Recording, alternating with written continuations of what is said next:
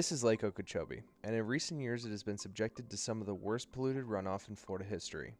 This runoff has been known for a vast amount of bacteria, chemicals, and known pathogens. So we decided to take a trip down to the lake and share with you the background information, known runoff issues, and some developing ideas for the reduction of the polluted runoff. We're here at the north side of Lake Okeechobee. It spans about 135 miles all the way around the lake. It's roughly 730 square miles, and the average depth here at Lake Okeechobee is 9 feet deep. There's a lot of wildlife. We've already seen some gators, some birds. You probably hear them in the background of the music. Here at Lake Okeechobee, there's 4 main sources of inflow. Number 1 source of inflow is going to be rainfall, with the second source being Kissimmee River, and the remaining ones are just from local creeks. Behind us is Lake Okeechobee, and most of the outflows of Lake Okeechobee come from evaporation, which is your biggest. Your next biggest is the drainage to the Everglades down south, and then the St. Lucie Canal and the Tallahassee River. And although the St. Lucie Canal and the Tallahassee River have seen increases in the last couple of years, them two are still the smallest outflows out of Lake Okeechobee. Today, Lake Okeechobee is a large multi-purpose reservoir. This reservoir provides drinking water for the urban areas, irrigation water for agricultural lands, recharge for aquifers, and fresh water for the Everglades. Many tourists also use the lake for recreational activities such as swimming and fishing. After hurricanes and major flooding in the 1920s, canals were dug to redirect water from the Kissimmee River and drain the once wide and flooded areas to create more land for agricultural use and housing. The hydrology of the Kissimmee, Okeechobee, and Everglades drainage system has been greatly modified with diking. Now that we know some background information, let's discuss how and why this polluted runoff is such a disaster for Florida. So now we're at the southwest end of the Lake Okeechobee. What you see here is part of the Herbert Hoover Dike. The dike was originally made back in around 1928 after a hurricane swept through, and the dike's main purpose is to prevent flooding. One of the problems with the dike and other man-made structures here is the concrete and asphalt is taking away some of the swampland, and it's caused some runoff issues, some polluted runoff, storm runoff.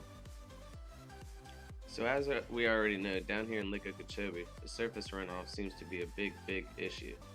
One of the main issues with the surface runoff, as you can see behind me, is the agriculture.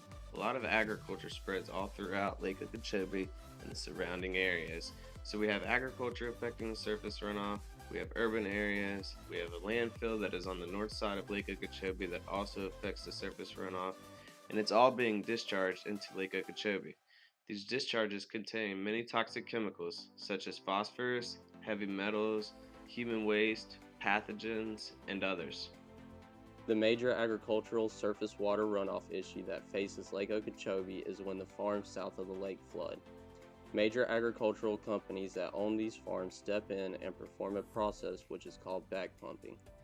Back pumping is where the flood water is drained back into the ditches and is pumped back into the lake, which then adds nutrients to the water already present in Lake Okeechobee and can harm the habitat already here. This process is not normally done. It only happens when it floods and the companies see fit to step in and save their crops, which will keep on making them money, even though it violates the Clean Water Act and is also a huge mismanagement issue facing Lake Okeechobee and our state.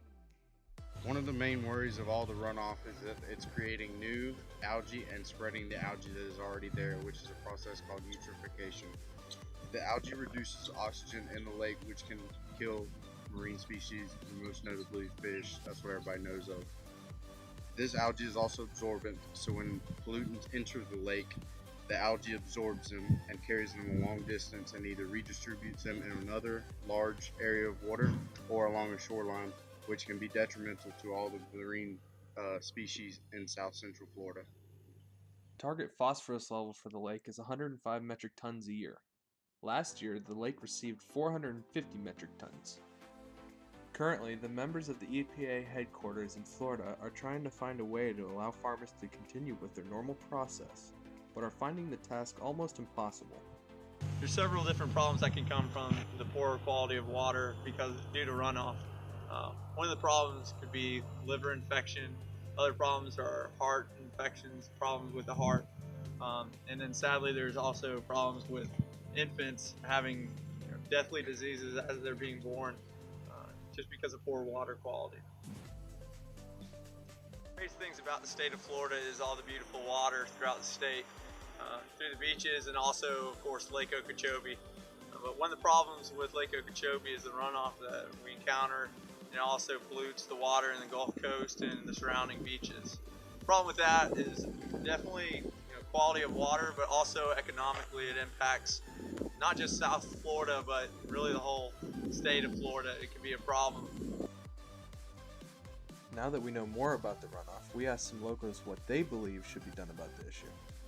All in all, many of the locals surrounding Lake Okeechobee areas believe that the Herbert Hoover Dike should be destroyed, and instead an emergency retaining dam should be built.